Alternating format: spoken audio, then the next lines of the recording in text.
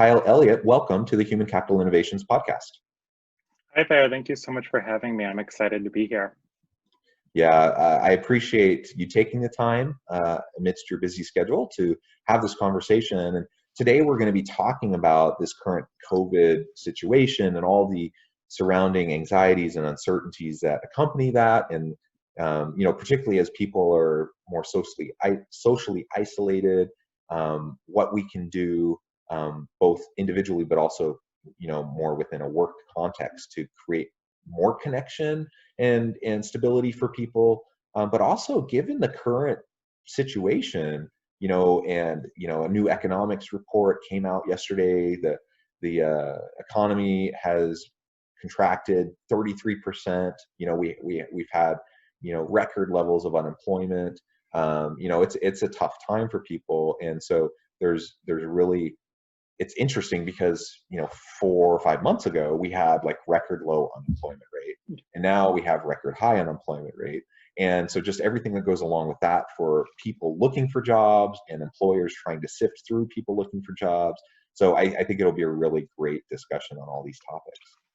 Me too. And I think this is just perfect timing because people are scrambling and trying to figure out what to do and gain some sense of control. And hopefully people will leave today with some action items they can implement. That's the thing I'm really big on, people being able to leave with something they can do right away rather than here's some theories. You then have to go spend hours researching to know what to do with whatever we talk about. I want people to leave with something they can do immediately or even while listening to this. Yes, absolutely.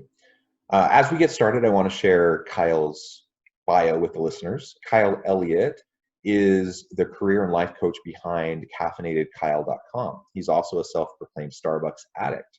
As a result of working with Kyle, clients have landed jobs at Facebook, LinkedIn, Amazon, Google, Microsoft, and nearly every other Fortune 500 and 100 company you can think of. They have also found happiness, which is probably the most important thing. Kyle is an official member of the invitation-only Forbes Coaches Council, a member of the Gay Coaches Alliance, and a certified health education specialist.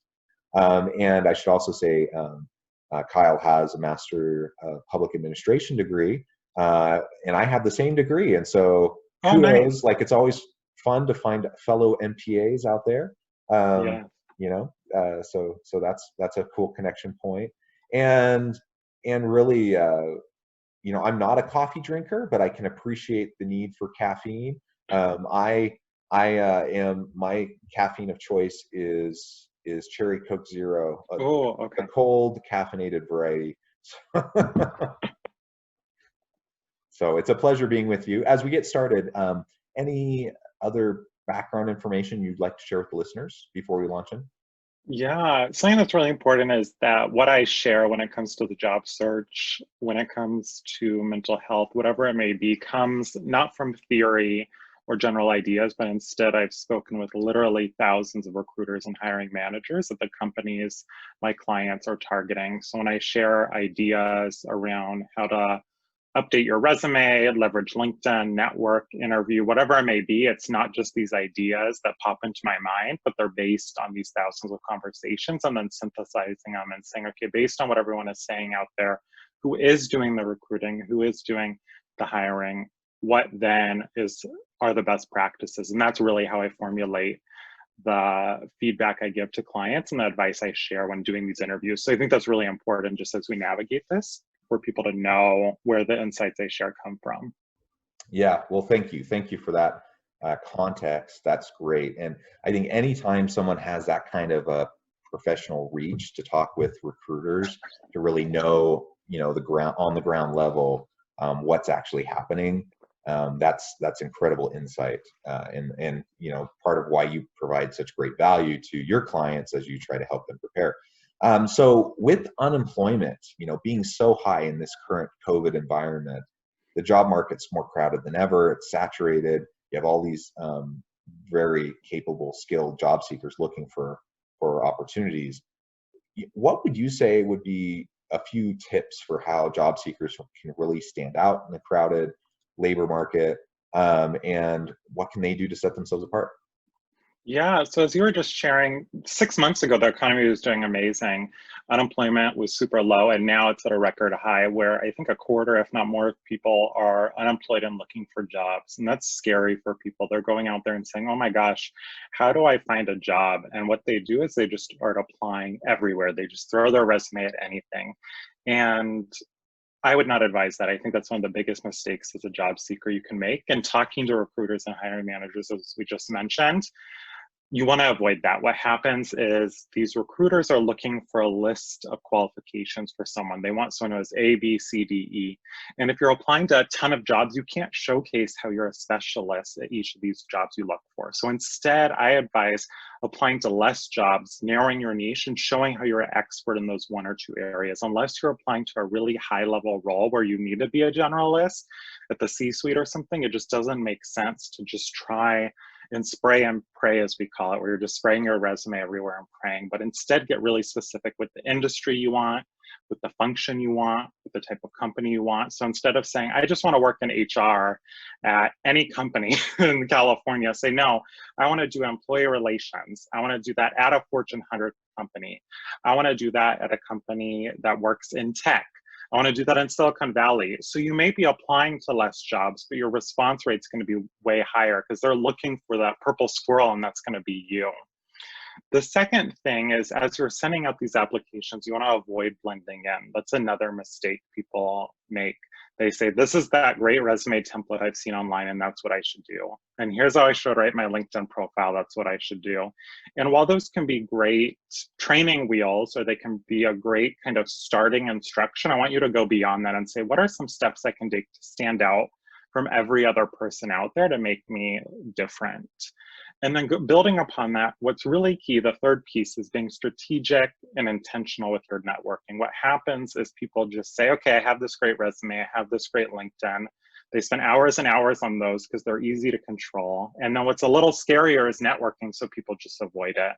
But instead, what I suggest is finding maybe 5 or so people at each company in the role you want. Let's say we said employee relations at these Fortune 100 tech companies. Find 5 employee relations managers at Google and reach out and say, hey, you do this, I do similar work. Do you have 20 minutes to share best practices? And then start planting those seeds at companies. And as roles pop up, say, hey, you have this opening here for a similar role. Do you have tips for my application? What's your internal referral process like? Can you introduce me to a hiring manager? So the key with all of this is just to be strategic, intentional, rather than just scrambling to find any job, because you're going to have a lot more success if you have a plan. Absolutely. I completely agree with everything you just said. The shotgun approach just doesn't work. I mean, you can try it, and I suppose you could get lucky, but it's just, it's just usually not going to work. And so many companies and recruiters, they're utilizing you know technology to help assist in the search, and so they're looking for keywords in your resume. They're looking, so you need to you think about SEO for websites, you need to do the same thing with your resume. And so if you're not tailoring your application materials specifically to every posting, to every organization, and doing your research and knowing the types of things they're looking for and what their culture is like and how you would fit with them, and if you're not talking to all of that in your materials, you're not going to show up usually in the search, even if you have incredible qualifications, even if you have an incredible background. So the shotgun approach of just having one well-designed professional resume, that's important, to have that. But if you just have that one really great professional resume and then you send it out all over the place, you're most likely not going to hear much of anything. But tailoring it to each opportunity, really taking the time to research is going to be key. And I love your tip about reaching out to people at the company where you want to get a job. I mean, as you're doing your research about the company, yeah, go Google them, find out more information about them. That's great. But get connected on LinkedIn with people who work there. Ask them questions. Set up a Zoom call. Have a conversation. And not only because it'll give you more good information and good insight as to what they're looking for and how you can tailor your application materials, but now you have like actual connections with people, real life people who can actually perhaps be your advocate, you know, in the search process at that organization, and, you know, help mentor you and all those sorts of things. So, you know, it takes more time and energy, but like you said, the response rate to what you submit is going to be way higher. So I think in the long term, it's actually going to take less time and less Yep. energy to take the more targeted approach, which I know seems counterintuitive to people, but it's true. And I think it's kind of like going to a networking event. You just don't go to a networking event and then walk up to someone, hand your business card, and go to the next person. If you spend 5 minutes even just getting to know each person, you may not meet all 100 people at that networking event, but those conversations are going to be way deeper. And now those networking events have just moved online. So instead of shotgunning your resume out to hundreds of people, have more in-depth conversations, get to know people. You may not get to know as many companies or people, but those people you get to know are going to be way deeper. So I think that's really the key, is just to be intentional and strategic. Yeah, absolutely, absolutely. So great tips for people currently looking for job opportunities. Um, let's talk a little bit more about some of the well-being types of issues, you know, as it relates to uncertainty and the anxieties that surround the job search and this COVID environment. You know, it's a trying time for people, and there's so much social isolation. Um, as people are feeling isolated and alone, what can they do as individuals to find greater stability and connection? What can employers do to help their people find more stability and connection in this type of environment? How can we deal with uncertainty in more healthy ways? Yeah, so I think the first thing is, I'm a career coach. I help people find jobs they love. And people assume that most of my clients are unemployed and that's why they're stressed. But most of my clients are actually employed. 95% of my clients have a job and just want something new. And even my clients who are employed during this global pandemic, during this financial crisis, they're stressed too. There's been a lot of change going on with the pandemic, the economy, with politics right now, with this modern day civil rights movement. There's just a lot of stress going on and instability. And I think what's most stressful, at least for the people I speak with, is this lack of routine, this lack of stability. Everything's all over. So what I've been doing with my clients is to figure out, where can you find some routine in your life? If you can't have the same routine of going into your office, because a lot of my clients are in tech and working from home, perhaps it's setting up an office in your home. Maybe that's an extra room that you have. If you don't have that, a lot of my clients are in the Bay Area or New York, where they don't have the luxury of just having an extra room. So maybe that is the kitchen table, and then blocking it off and saying, we're only going to enter this space from 9 a.m. to 6 p.m. and not going in there. Perhaps it's setting those clear office hours and then communicating to the people in your home, your children, your partner, communicating to your boss. I realize that I'm working from home, but work is entering my home, so I don't want to be emailing back and forth outside of 9 to 6. Taking email off your phone. I realize I'm guilty of this. So I've turned off all the notifications on my phone except text, because I get texts from my parents. And just creating those boundaries and communicating them, because there's this, I'm a huge proponent of blending work and life, but right now they're over blending. I think there's so much blending, but there's just no boundaries. So it's creating some boundaries there. And what I found helpful too is just physically getting away from our homes, because a lot of people I've talked to, again, they're working in their homes. So finding ways to get away, renting an Airbnb. We did that in Napa. We went down to San Diego for a bit and socially distanced the whole time we were there. So I found it's key to just create those boundaries and then communicate them to the people around you. And then lastly, just checking in with people. If you have family, friends, colleagues, checking in and then communicating, here's what I need. That's one of my favorite questions to ask, is what do you need right now? And then in return, most people, if they're good at communicating, will ask, okay, what do you need? And I found it's helpful to get to those roots and go beyond just the onion of that surface level. Oh, I'm great, but really ask, what do you need, and get to the deeper level and start unpacking that.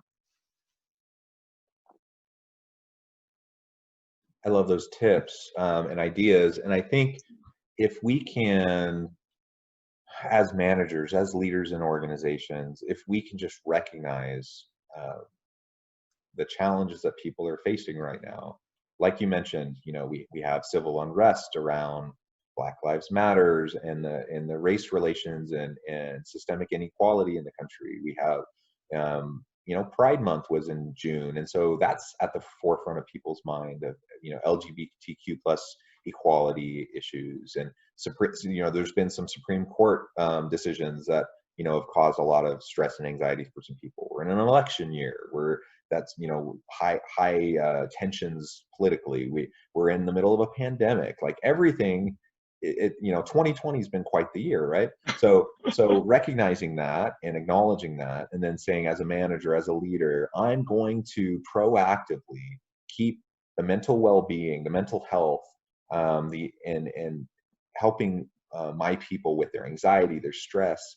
I'm going to make that a priority. I'm going to reach out and I'm going to make sure that they feel supported, that they feel valued, that they feel and generate opportunities for them to get reconnected with the workplace. I mean, that's going to pay off tremendously in the long term. Unfortunately, right now, we have heightened levels of anxiety and depression that have been reported. I don't know the specific statistics off the top of my head, but the use of like online counseling platforms has skyrocketed because of the mental health challenges that people are facing during this tense time, right? And so employers need to make this a priority. And if they do, they're going to demonstrate to their employees that they really authentically, truly care about them, that they value them, that they support them, and that will generate more trust. It'll strengthen relationships. It'll help employees to stay, of course, more mentally healthy, which will allow them to be more successful, more productive, and it'll engender greater commitment to the organization. So, I mean, it's a win-win kind of a situation, but employers and managers need to be committed to it. Otherwise, it's going to be a huge missed opportunity. Absolutely. And I like what you said about making mental health a priority, and employers really need to recognize their role in supporting mental health and this key really change that they can have when it comes to mental health when employers create spaces where people feel comfortable talking about mental health. Because when employees receive this effective treatment, when employees are able to have conversations around mental health and get the support they need, there's lower medical costs, there's increased productivity, there's lower absenteeism, decreased disability costs. All of these are not just happier employees, but they directly are financial benefits to the company and create more profitable businesses. So even if it's not about just genuinely wanting to help employees, which I think should be enough, there's also financial benefits of prioritizing employee mental health. Something I'm really big on is asking employees, how do you really feel? I think that's a great way for our leaders and managers to start having conversations around mental health. There's often this initial question during one-on-ones where people say, how are you doing? Oh, I'm great. How are you doing? Oh, I'm great. And taking a step back and creating time and space to have truthful conversations around how employees are doing. I always like asking, no, how are you really feeling? Another question I recently heard just a day or two ago from this conference I attended was, how are you feeling right now? Or how are you feeling in this moment? And just checking in with employees regularly.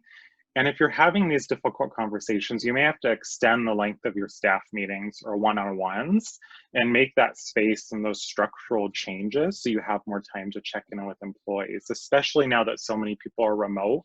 We're not doing what we were doing before. We didn't have those casual check-ins in the office. You weren't running into people at the water cooler, all of that. So creating space for people to just check in and collaborate. You're gonna have happy hours virtually. I went to a virtual happy hour. It was super fun because I could be at home but have a happy hour, and then you don't have to worry about driving or anything or catching an Uber. So it was great. So just creating those opportunities to connect and build community is super important. And then also leaders, what I'm recognizing a lot of great leaders doing is practicing empathy and recognizing that people are attempting to work from their homes for a lot of people during all these things happening, and they're letting people into their homes, which is super traumatic for a lot of people and scary to say, let me welcome you into my home when all these crazy things are happening in our world. And just to recognize people are trying to work through everything happening. Again, a lot of my clients are senior managers, executives, so they also have children who are attempting to homeschool. Like the number of things going on that we haven't even mentioned on top of all these big things we're already talking about just practicing empathy is a super powerful tool as well for leaders. I think if I have one takeaway for leaders is when in doubt, just practice some empathy. Yeah, that's a good message.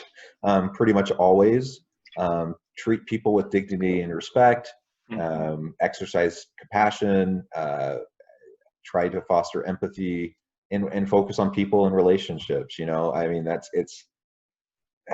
I mean, maybe people are tired of hearing that because they feel like, well, it's more complicated than that. I'm like, is it? Is it really more complicated than that? I'm not sure it is. I think being a leader is about creating a context where people feel safe to be their best selves, and so they can innovate and be productive, and so you can get the most out of your people. The most successful leaders have the most successful people, the most successful teams.